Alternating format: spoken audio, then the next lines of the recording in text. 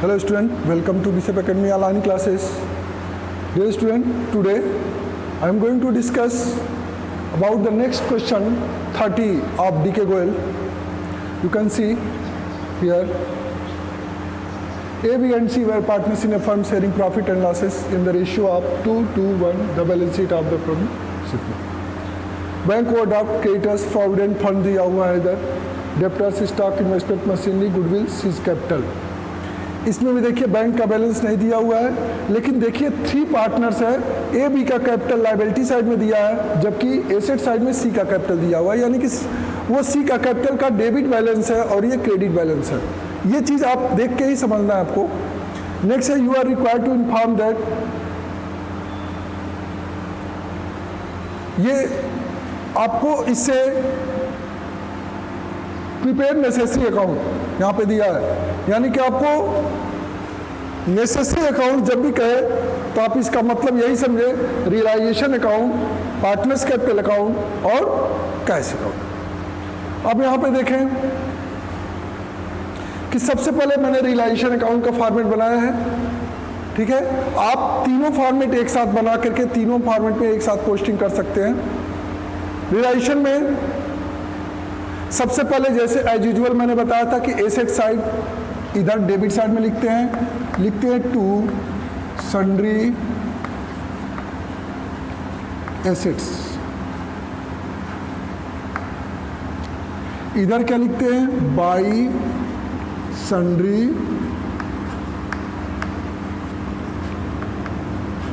Liabilities, ठीक। अब assets में दिया है डेप्टर्स 40,000 का, तो आप लिखेंगे डेप्टर्स 40,000। नेक्स्ट स्टॉक है 60,000 का, stock 60,000। Next investment 25,000, investment 25,000। Machinery 80,000,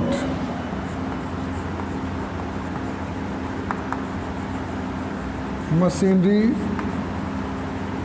80,000।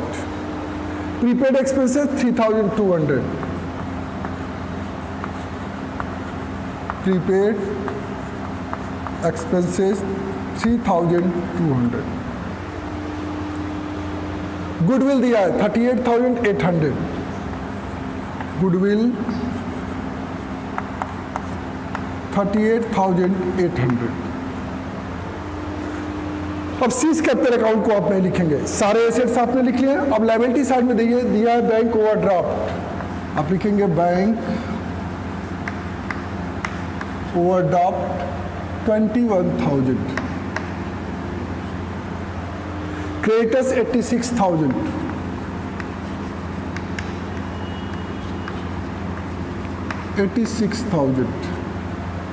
Provident fund को आप इसमें तभी लिखेंगे जब प्रोविडेंट फंड पेड किया जा रहा हो, उसके लिए आप इंफॉर्मेशन पढ़ लें। इसमें देखिए, इसमें प्रोविडेंट फंड से रिलेटेड कोई इंफॉर्मेशन दिया है, bad debts, provident fund, machinery reliance, there was इतना, इसमें नहीं दिया है। इसमें देख लीजिए मार्केट वैल्यू ऑफ इन्वेस्टमेंट इतना एंड ऑफिस ऑपरेटर इतना, there were outstanding expenses, there were settled 500 expense. कहीं भी देखिए इसमें प्रोविडेंट फंड से रिलेटेड इंफॉर्मेशन नहीं दिया है, इसलिए प्रोविडेंट फंड को आप नहीं डालेंगे। अगर प्रोविडेंट फंड पेड किया जा रहा है एम्प्लॉइज को, उस केस में आप प्रोविडेंट फंड यहाँ पे लिखेंगे। अब आपके एसेट और लायबिलिटीज आ गए, आप एसेट को टोटल कर लीजिए यहाँ से 40, 60, 1 लाख, 1,20,000, 80,000, 2 लाख, 38,000, 2,38,000,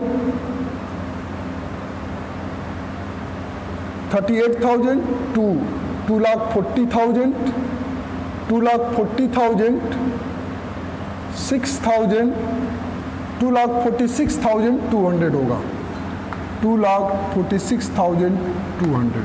अब और ऐड कर लीजिए 60, 40, 1,80,000, 1,80,000 हो जाएगा। 20,000 सी लेंगे 2 लाख हो जाएगा, 2 लाख 1,25,000 80,000, 2,05,000 2,05,000 और 35,000 इसमें लिखेंगे 2,40,000 हो जाएगा, 2,40,000 2,46,200, ठीक है। नेक्स्ट इसमें देखेंगे 80,000 और 20,000 1,07,000। अब आप नीचे से इंफॉर्मेशन पढ़ना शुरू करेंगे, कहेंगे कि लिखा है they appointed B to realise the assets, B को अपॉइंट किया गया है रियलाइजेशन के प्रोसेस के लिए। He is to receive 5% the amount realise from debtors, stock, machinery and is to bear all expenses of realisation, ठीक। Next bad debts amounted to 2,000, bad debts amounted 2,000, इसका मतलब ये हुआ कि जो 40,000 का डेप्टर्स है उसमें से 2,000 बैड है, यानी कि 38,000 आपका रियलाइज हुआ है। तो आप लिखेंगे बाई कैश अकाउंट भी लिख सकते हैं, बैंक अकाउंट भी लिख सकते हैं। बाई कैश अकाउंट लिखेंगे यहाँ पे डेप्टर्स, तो 40,000 का डेप्टर्स था, 2,000 बैड हो गए तो 38,000 का डेप्टर्स हो गया, ठीक। अब नेक्स्ट कह रहा है स्टॉक रियलाइज 36,000, स्टॉक 36,000। नेक्स्ट कह रहा है machinery realise 46,000, machinery 46,000। There was an unrecorded asset of 10,000 which was taken over by A at 8,000। एक अनरिकॉर्डेड एसेट है, ठीक है, जो रिकॉर्ड नहीं है बैलेंस शीट में, वो ए ले लिया है 8,000 पे, 10,000 का था 8,000 पे वो ले लिया है, इतना रियलाइज हुआ है, इसको आप ऐड कर लीजिए। यहाँ पे देखिए लिखा है debtors stock machinery, debtors stock machinery, इसी का 5% किसको दिया जा रहा है, बी को दिया जा रहा है, इसका ध्यान रखेंगे आप। तो 40,000 30,000 70,000 30,000 1 लाख, 8 6 14 14 6 20, यानी कि 1,20,000 हुआ। अब इसी 1,20,000 का 5% बी को दिया गया है, तो इसका 1,20,000 का 5% आप निकालेंगे 5/100, 6,000 बी को दिया गया है, तो इधर लिखेंगे 2 बीस कैपिटल अकाउंट, कितना 6,000 तो उसको पेड किया गया, ठीक। बैड डेट्स का हो गया। अब कह रहा है कि 8,000 का ले रहा है अनरिकॉर्डेड एसेट, लिखेंगे by as capital account, bracket में लिखेंगे अनरिकॉर्डेड एसेट, कितने का ले रहा है 8,000 में ले रहा है, ठीक है। अब नेक्स्ट देखिए, current market value of investment was a certain to be 20,000 and one of the creditors agreed to accept the investment at this value, remaining creditors were paid at a discount of 6,000। अब देखिए करा investment में 20,000 का जो certain किया गया है, one of the creditors agreed accept the investment at this value, इसी वैल्यू पे ले रहा है। तो आप ये देखिए क्रेडिटर्स 86,000 का है, इसमें से 20,000 का इन्वेस्टमेंट वो क्रेडिटर्स ले लिया है, यानी कि बचा कितना 66,000 का क्रेडिटर्स, ठीक है। तो अब 66,000 के क्रेडिटर्स में कह रहा है कि 6,000 डिस्काउंट है, यानी कि 60,000 पेड किया गया है। तो आप लिखेंगे to cash account creditors 60,000 paid किया गया उसको, ठीक है। अब नेक्स्ट कर रहा है and office typewriter not shown in the books of account realise 20,000, वो 20,000 पे रियलाइज हुआ है, लिखेंगे बाई कैश अकाउंट, लिखेंगे टाइपराइटर कितने में? 20,000 में रियलाइज हुआ है, 20,000। कह रहे कि there were outstanding expenses amounting 6,000, these were settled for 4,500, 4,500 में सेटल्ड किया गया है उसको। तो यहाँ पे लिख देंगे आउटस्टैंडिंग एक्सपेंसेस 4,500 में सेटल किया गया है। Expenses of realisation met by B amounted to 2,000। अब उसको जब एग्री हो गया है बी पेड करने के लिए, तो इसको आप इसकी एंट्री नहीं करेंगे, ठीक है। अब आप इसमें सारे आइटम्स आपके इंक्लूड हो गए हैं, ठीक है। अब आप प्रॉफिट और लॉस निकालने के से पहले अब देखेंगे क्रेडिटर्स पेड हो गया है, बैंक ओडी अभी भी बाकी है, तो यहाँ पे बैंक ओडी आप पे करेंगे। बैंक ओडी ओवरड्राफ्ट कितने का है? 21,000 का है, आप पेड कर देंगे। टोटल पेमेंट कितना हो जाएगा? 60, 20, 80, 85,500। अब देखिए किस तरफ का ज्यादा हो रहा है, इस तरफ का ज्यादा हो रहा है, तो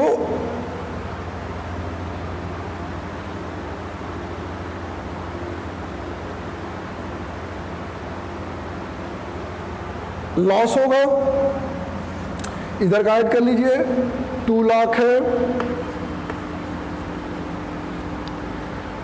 40,000, 80,000, 1,20,000,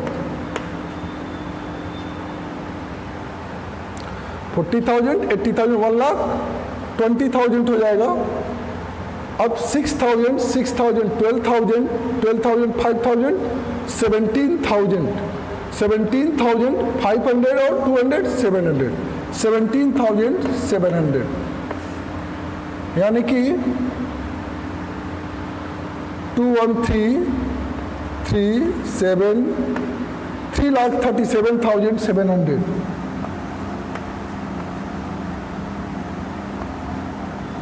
3,37,700, ये आपका टोटल हुआ।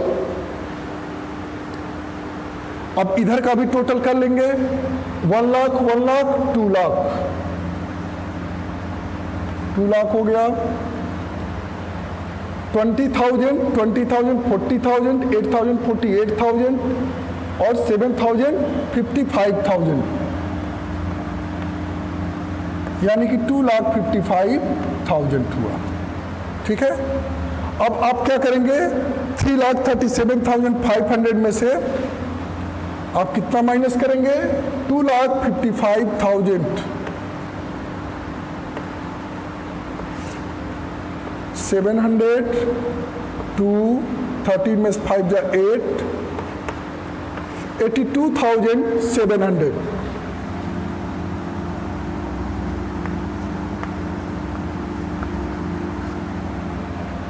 $82,700 लिखेंगे। By loss transfer to partners capital account. Partner कौन है? ए है, बी है और सी है, 3 पार्टनर है। आप इसको क्या करेंगे? किस रेशियो में बांटेंगे? इनका रेशियो है 2:1 का रेशियो है, उसी में बांटना है आपको। 82,700 मल्टीप्लाई 2/5, 2/5 और 1/5, 5 1 जा 5, 5 6 जा 30, 5 5 जा 25, 5 4 जा 20।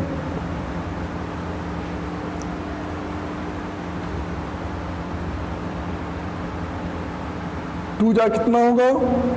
2 0 0, 2 4 जा 8, 2 5 जा 10, 2 6 जा 12, 13, 2 1 जा 2 1, 3, इतना हुआ। इसका भी इतना ही होगा, 33,080, इसका होगा 16,540। ठीक है, ये आपका लॉस निकल गया। अब इसको क्या करेंगे, आप इसको साइड में आप इसको नोट में कर ले रहा हूं, जिससे आगे पार्टनर्स कैपिटल अकाउंट बनाने में प्रॉब्लम ना हो। तो क्या क्या नोट करेंगे हम इसमें, देखिए यहां पे बी को कमीशन दिया जा रहा है 6000, बीस कैपिटल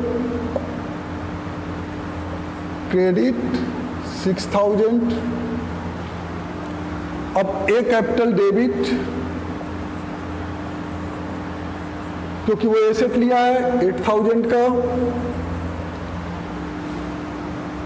और कितना लायबिलिटी पे किया गया है, लायबिलिटी पेड 85,500 की लायबिलिटी पे की गई है। रियलाइजेशन से कितना मिला है, तो रियलाइजेशन से मिला है आपका 1,20,000 और प्लस टाइपराइटर का 20,000, दो चीज मिला है तो 1,40,000 रियलाइजेशन से 1,40,000 टोटल मिला है, ठीक है ना। अब ये सारी चीजें हो गई, इसमें प्रॉफिट लॉस है ए बी सी, ए का है 33,080, बी का भी 33,080 है और इसका 16,540 है। ये साइड में नोट कर लिया गया, ठीक है, 5 कर दीजिए 5। तो अब इसको पार्टनर्स कैपिटल अकाउंट 5। अब देखिए फॉर्मेट पर्टिकुलर्स अकाउंट का बन गया है, बैक कैश अकाउंट का बन गया है। आप इसमें क्या करेंगे, आप बाकी के अब इंफॉर्मेशन में आप कैपिटल अकाउंट का बैलेंस लिखेंगे, बाई बैलेंस बीडी, ए का कैपिटल है 1,05,000, 1,05,000, बी का है 42,000, सी का देखिए कैपिटल नहीं दिया है, उधर एसेट साइड में दिया है, तो उसको इधर लिखेंगे आप टू बैलेंस बीडी, और सी का आप 25,000 डेबिट साइड में लिखेंगे, ठीक है। अब नेक्स्ट चीज, अब इंफॉर्मेशन ऑफ रियलाइजेशन अकाउंट का निकालेंगे, तो बी को देखिए कमीशन दिया गया है 6,000, लिखेंगे यहाँ पे बाई रियलाइजेशन,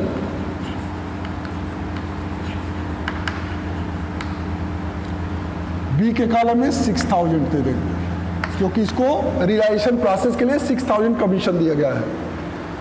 ए लिया है 8,000 का एसेट लिया है, लिखेंगे टू रियलाइजेशन,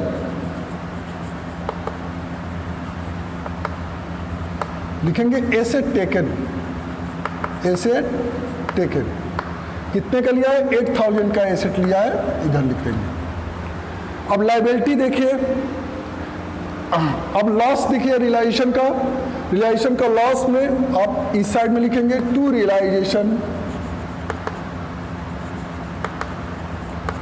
अकाउंट, ब्रैकेट में लिखेंगे लॉस 33,080 और 16,540, ठीक है, ये आपका हो गया। आप यहीं से अब बैलेंस कर लेंगे इसको,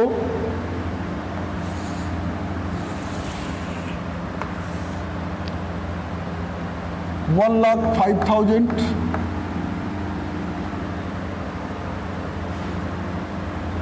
$48,000,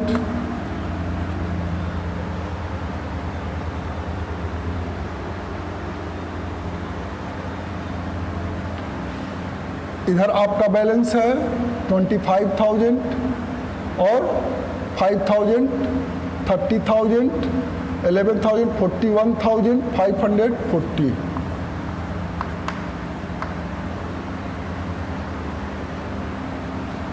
यही बैलेंस आप इधर भी लिखेंगे 41,540, ये बैलेंस आप इधर लिखेंगे 48,000, 1,05,000।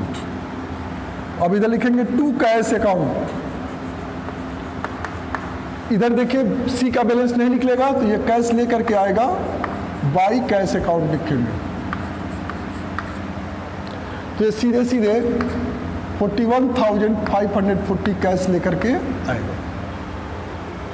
इधर का बैलेंस निकालेंगे तो 32 और 8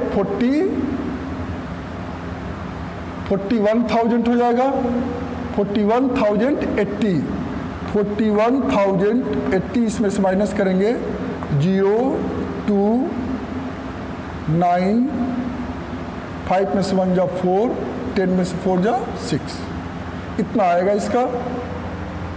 इसका करेंगे 33,080 माइनस करेंगे 29,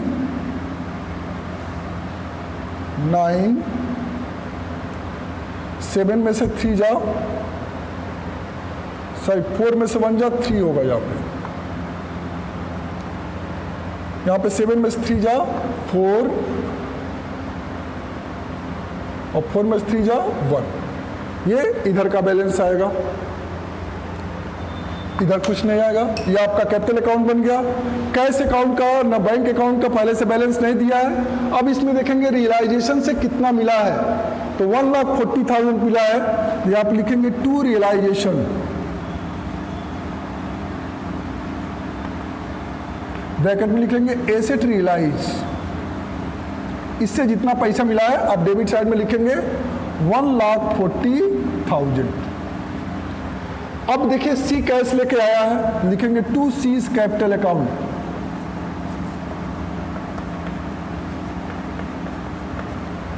ठीक है। कितना लेके आया 41,540।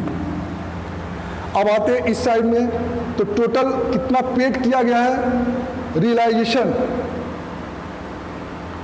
तो रियलाइजेशन कितना पेड किया गया है वो चीज,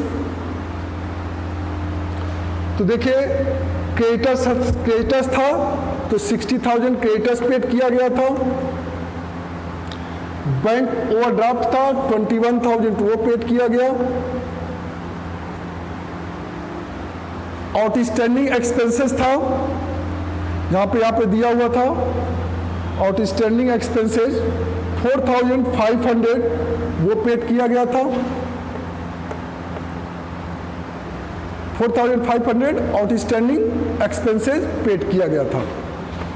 ये हो गया 500, 415,628, 85,500 ये लायबिलिटी टोटल पेड किया गया था। तो आप इधर लिखेंगे बाई रियलाइजेशन,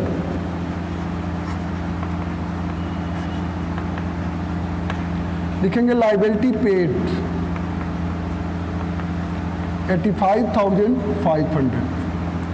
अब लिखेंगे बाई एज कैपिटल अकाउंट,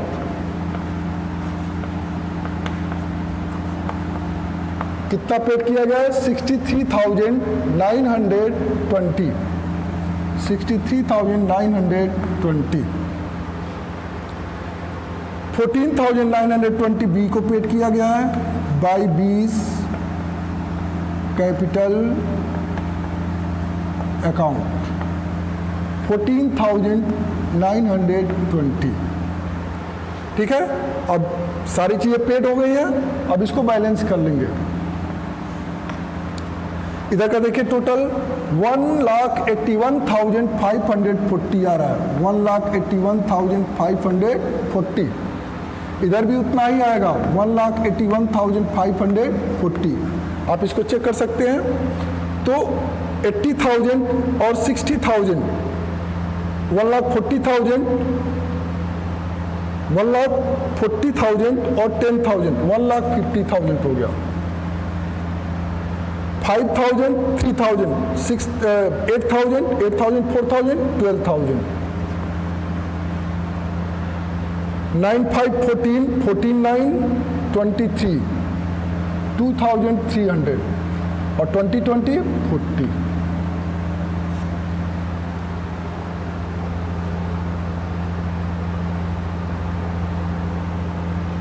$25, 542.2, ठीक है। इधर भी आपका बैलेंस इधर भी आ गया। तो ऐसे आप क्या करेंगे, सॉल्व करेंगे। Thank you, have a nice day.